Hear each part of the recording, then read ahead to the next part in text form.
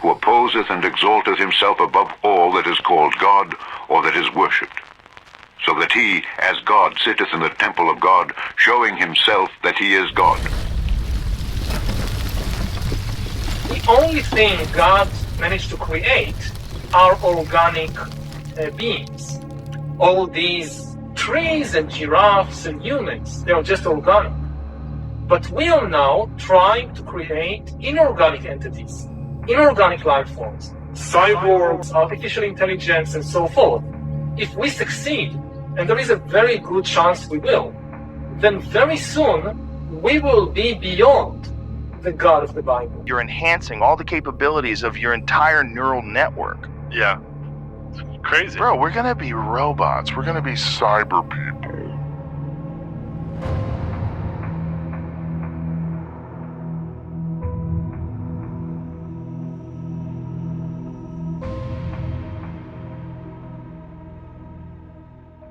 Can you imagine that in 10 years when we are sitting here, we have an implant in our brains, and I can immediately feel, because you all will have implants. There are people, like Elon Musk, who are trying to work on closed-loop systems where the read of the brain and the input into the brain all happens within the brain in an implant. We're going to put these just really gateways.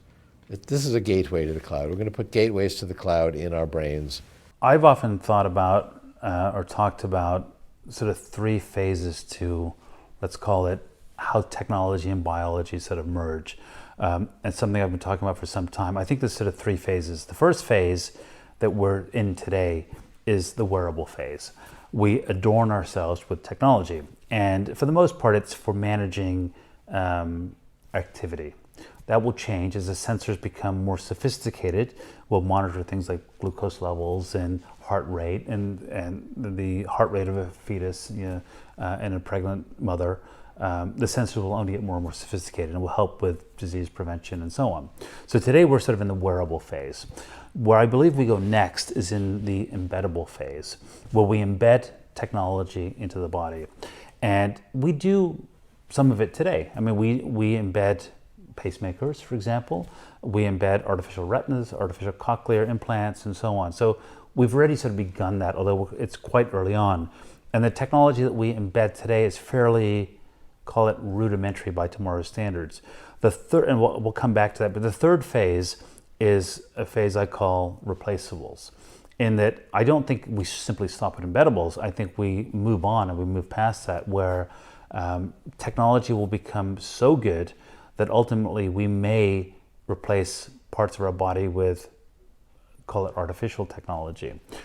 It could be neural implants for, so you don't forget things as you get older.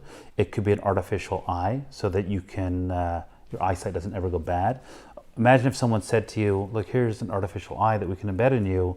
We take your perfectly good biological eye out, but here's a better one that gives you perhaps zoom vision. Perhaps we give you infrared so you can see at night, when you drive. It will never go bad because you don't have any glaucoma issues or retinal degeneration, that type of thing. And technology only gets better, so maybe there's another version next year. We give you, Eye 2.0, that type of thing. So, or perhaps you're an athlete or you're in the military. Instead of simply wearing an exoskeleton, perhaps we replace perfectly functioning limbs with an artificial limb, because now, as a baseball pitcher, you can pitch faster. As a military person, you can carry a heavier pack or run more, so on and so forth. Or perhaps you're in the medical field, you're a surgeon, and you need better dexterity in your hands. Or you're a fighter pilot, what have you, and you need a neural connection to the plane.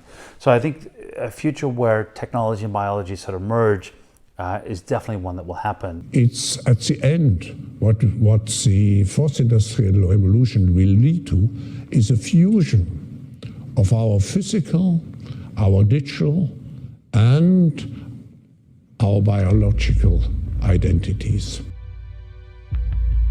He disappointeth the devices of the crafty, so that their hands cannot perform their enterprise. When he is about to fill his belly, God shall cast the fury of his wrath upon him, and shall rain it upon him while he is eating.